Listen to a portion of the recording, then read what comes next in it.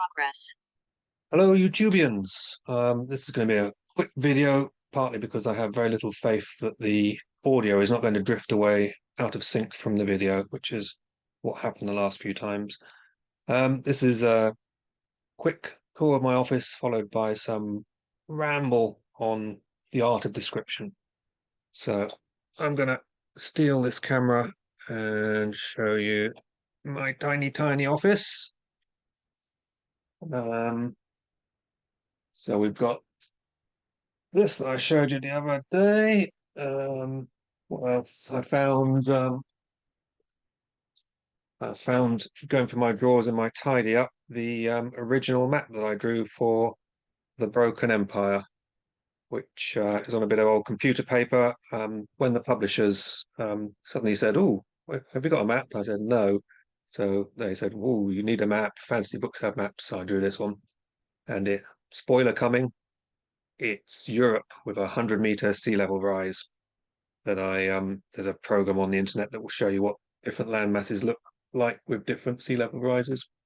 So, um, over there on the top shelf we have the giveaway for this month's Patreon, the an arc of signed arc of the book that wouldn't burn, and then two Girl in the Moons and two Girl in the Mountains.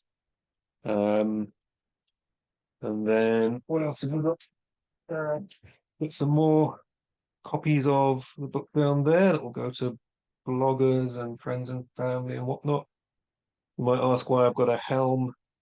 That was part of the giveaway, along with a sword for One Word Kill, and the winner turned out to live in the Middle East, and shipping sharp objects like swords to the Middle East is a bit of a difficult business. So I in the end just sent him the money and kept these myself. Um, and there's my first check for writing. Um, and Right, let's put you back and we'll talk about descriptions. It's going to be a bit of a free form ramble. When I when new writers start off, and they often seem to think that good description is about using lots of adjectives, and they'll write lines where there is never a noun without an adjective qualifying, and often they're quite redundant ones, like the tall giant or the red tomato. I mean, a description isn't primarily about lots of adjectives, and if it is, then only use them when they're telling you something that isn't inherent in the object that they are describing. When it's a difference from the norm. If it was a blue tomato, tell me. If it's a red tomato, don't put red in there. But for me, description is really more about reminding the reader of something they already knew. So um, like this office, I could describe it in minute detail and we'd spend 5 pages on it. You'd get bored reading it, and by the end, you wouldn't have really got a feel for it because everything's so dilute. And you'd have been lost in the weeds of all those words describing this shelf and that shelf. Um, all of us have a great deal of overlap in our experience, emotional experience, and our experience of places and things, and this will come not only from just having lived, but also just because we've seen the same or similar films and read the same or similar books.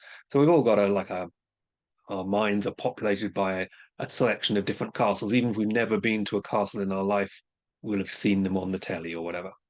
Um, and emotionally, a lot of us have suffered loss and pain and whatnot. But even if we haven't, we've seen someone suffering those things in a film or something. So for me, the job of description is to strike the right chord in the back of someone's mind that summons up all of those memories and makes them populate the scene for me. That makes the reader do the heavy lifting. And in one sense, it's being lazy, but in a real sense, it's being efficient. It's You're trying to compact as much potential and power and work as you can into a small space. And this means that you're getting a lot of bang for your buck. So, in that case of a 5-page description of the room, everything's very dilute. Um, but if you could somehow describe the room in one line just as well, or even better, then if you're now populating the entire page with those lines, by the time the person's got to the bottom, they've been continually hit by high speed, high density experience, and they're getting a lot more out of the book. They're more likely to really feel that they're there, and these things are really happening to them. A lot of sort of wordy description slows things down and um, just dilutes everything in a bad way. So there's a word I learned today, which I'm probably going to mispronounce. I think it's Petra Ichor, and it's from the Greek, meaning stone, and Ichor, like the blood of the gods. But the word means the smell of the earth after the rain. And lots of writers will talk about the smell of the earth after the rain. And this is because it's become a cliche, and because it's overused. And the reason it's overused is because, like most cliches, it's very good, it's very effective. It's in some sense true. We've all, after a sort of a longish dry spell, and then there's rain, and you go out, and suddenly you're hit by that smell of the earth after the rain. And the reason a writer will use that line is because it brings all the rest of the stuff with it. So when we go out and it's been raining, there's a whole host of things going on. There's the dry earth drinking down the water, the water's percolating into every crack, and the earth's expanding, and the sort of water is trickling in little rivulets. If it's been a lot of rain, so it's sort of running around, it's standing in puddles, and there's reflections and all the green things. If you want to go over the top, sort of green spring's green hammer has hit the earth from underneath and driven these shoots up like green nails. All of the leaf buds with their sort of compact potential have smelled the rain and are starting to unfurl. The animals are out there drinking from the puddle. I could go on, but I don't need to, because the smell of the earth after the rain has put all of those things in your mind in one line. And for me, the art of description is to find that sort of line, or couple of lines, or short description for every situation, be it an emotional encounter or a dragon or a castle or whatever, to find some compact way to strike the right note in the back of the reader's head, such that they remember that they have already seen this, they have already been here, they've already tasted that, and then they'll do the work for you. So it's creating an illusion.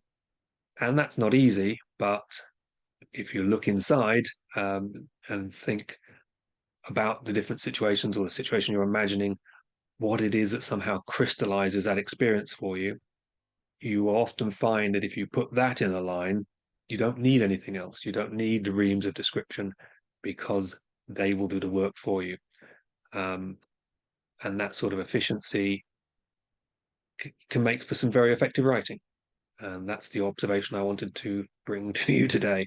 And I'm going to stop now, because I'm probably going to look at this video and find that when my lips stop moving, the sound keeps on going. I will leave you with that. Catch you next time.